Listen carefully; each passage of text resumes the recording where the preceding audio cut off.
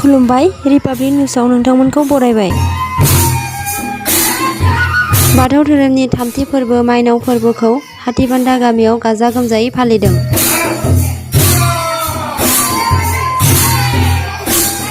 भयाकाट बिया आब्दुल्ला राय बाथौ गौथुमनि सिङाव थानाय हातीबान्दा गामि आफादाबो बाथौ धोरोमनि थामथि फोरबो माइनाव फोरबोखौ हातीबान्दा बाथौ थानसालियाव दिनै गाजा गोमजायै फालियो।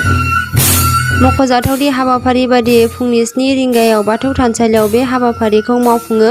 गामि आफादनि दौरि दौसि फारियै मुस्रि नकुल चन्द्र बर', मुस्रि बाबुन बर' बिथांमोना माइनाव फोरबोजों लोब्बा लाखिनानै नैथि हाबाफारि हिसाबै धोरोमनि फिरफिला बिरहोनाय हाबाफारि मावफुङो। फिरफिलाखौ बिरहोयो गामि आफादनि आफादगिरि रनजित बर'आ। थामथि हाबाफारि गोथैसि बावनाय हाबाफारिखौ मावफुङो गामि आफादनि लोगो आफादगिरि मुस्रि फुयाराम बर'आ। बेजों लोगोसे आर'जनि हाबाफारियाव बिबुंथि लाखियो हातीबान्दा गामिनि आसारि समिन चन्द्र बर'आ। हाबाफारियाव गामिनि बाथौ सिबियारि रायजो राजाफोरा मैखोमै बाहागो लानायजों लोगोसे हाबाफारिखौ जाफुंसार खालामो।